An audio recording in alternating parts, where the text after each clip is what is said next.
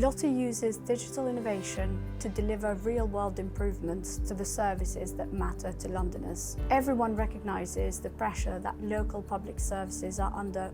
Budgets are tight, demand for services keeps growing, people expect more. In the face of these pressures, we have no choice but to adapt. For those of us working in the public sector, we can choose to keep and maintain existing services, optimise services within the public sector, or we can explore more radical, new ways of working. We call these new service models. One area where we think there's both the potential and the need to explore new service models is adult social care.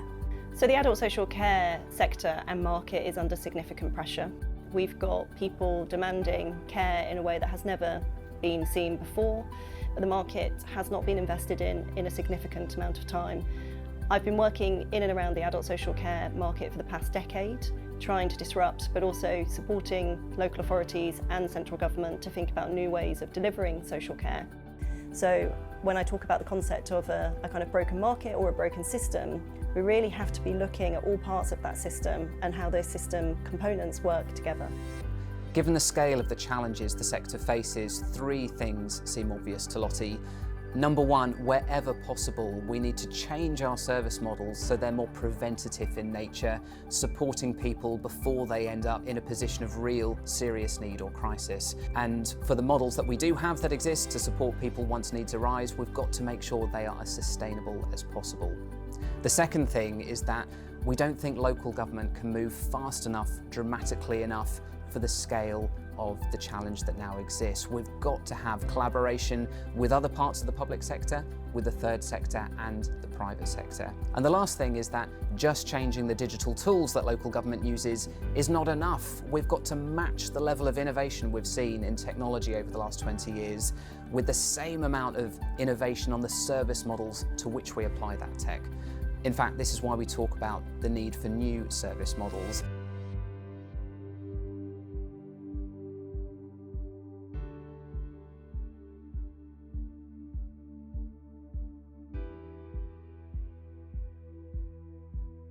So Buurtzorg is a new service model in which authority and power is distributed to the professionals at the so-called front line, what we call the primary process workers.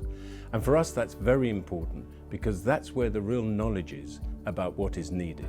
The job of the organisation is to support them, enable them and provide them with the resources to do it well. In the Netherlands, Buurtzorg has grown and succeeded because the professionals are able to work in this creative way, doing what is needed when it's needed, spotting what needs to be done and having the authority to do it rather than having to seek permission to do it.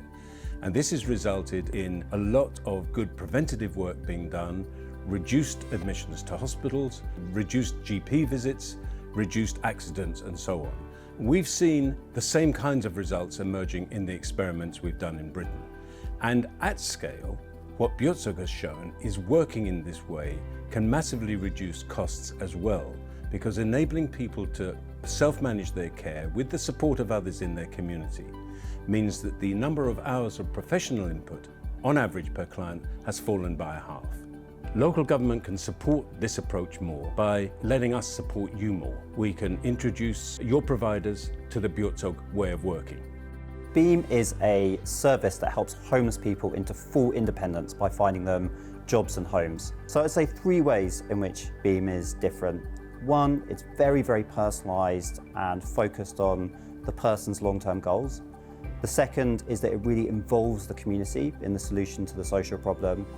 And the third is that it's very, very tech-enabled. We really focus on helping people into full, long-term independence. So not just starting a job or moving into a home, but staying in that job, living in that home for years to come. And to date, we've helped over 1,000 people into jobs and homes. 80% of people stay in their jobs for at least 3 months, and over 90% of people stay in their homes for the first year. So we can really see that it works with helping people not just move out of the system temporarily, but exit it forever.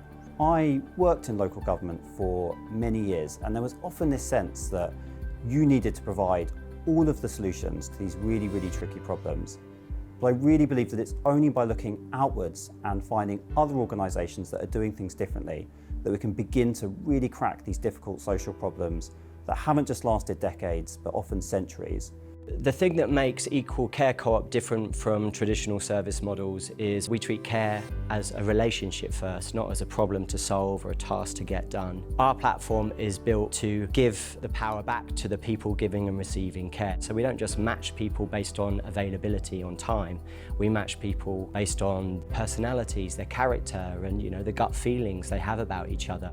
The results we've seen so far is that the care workers that join us stay with us. Staff retention is a really big issue in the care sector at large. We can provide much better quality of life when care workers are working in cooperation, in collaboration with people's wider support networks. And the other thing is we're starting to change the way a care provider is perceived. We're building the service with the community that we want to provide care in. Cooperatives are all about developing structures and processes that stimulate and promote change agency amongst its membership.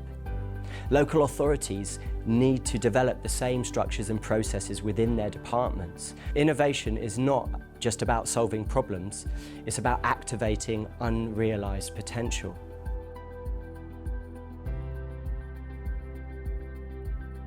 Inspired by examples like these, LOTI's going to be working to distill what's different and interesting about these new models, and then start a big conversation with our colleagues in the public, third and private sectors to think how we might go about reimagining the art of the possible in adult social care.